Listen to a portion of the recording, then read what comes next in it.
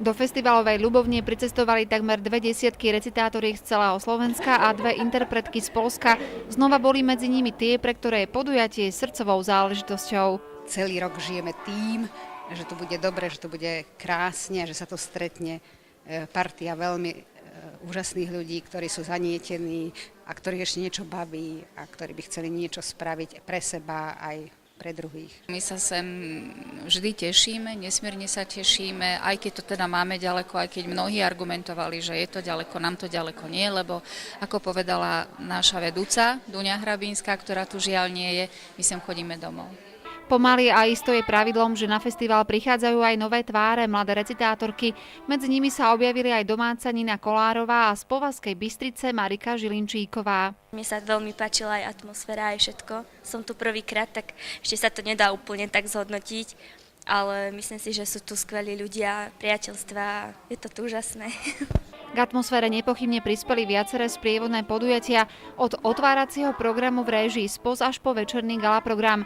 Ten bol venovaný životu a dielu Terézie Vancovej a vznikol pod režijnou taktovkou dlhoročného hostia Lomničky, herca Juraja Sarvaša. Ja som sa vlastne vrátil po tých 5 rokoch a môžem vám povedať, že ja som bol znovu očarený.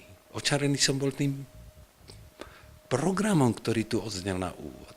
Tými deckami, však to je úžasné. A to je v srdci.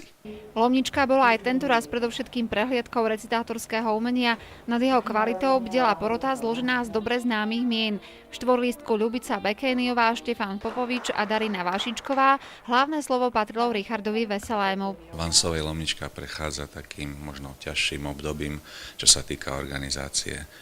Je veľmi dobré, že žije a že tie recitátorky pokračujú tom, že chodia do Ľubovne na tento festival. A tá úroveň sa vďaka nim stále drží na vysokom stupni, ale určite bude potrebovať Vancovej Lomnička také oživenie, hlavne taký celoslovenský záber s prísunom nových tvári. To, že festival chce nabrať druhý dých, sa hovorilo nahlas aj medzi organizátormi podujatia. Na Lomničke ma potešilo to, že tie stalice, elita recitátorská stále prijíma pozvanie do Starej Ľubovne. Oni sa tešia na nás, my sa tešíme na nich. To je to stále. Čo zase ma mrzí, počet 22-23 recitátoriek si myslím málo, keď chceme robiť festival. Ja mám takú predstavu, že tých recitátoriek by malo byť do 40, aby sa videli, počuli, aby si vymenili skúsenosti, aby obohatili aj nás, našich ľudí, ktorí prídu popočúvať. Tento 41. ročník by bol akýmsi takým prvým prelomovým rokom, prechodovým by sa dalo povedať. A veríme, že hlavne v budúcnosti a v budúcich rokoch sa budú poriadať na úrovni spozov krajské kola v rámci celého Slovenska. Prídu určite nové poetky, alebo by sa dalo povedať nové adeptky Vancovej Lomničky a tým pádom by sme chceli obohatiť a vlastne zabezpečiť aj ten celoregionálny priestor na účasti Vancovej Lomničky. Vancovej Lomnička je už roky viac prehliadkou ako súťažou. Aj napriek tomu najvydaranejšie interpretácie poézie a prózy neostávajú nepovšimnuté. Zo 41.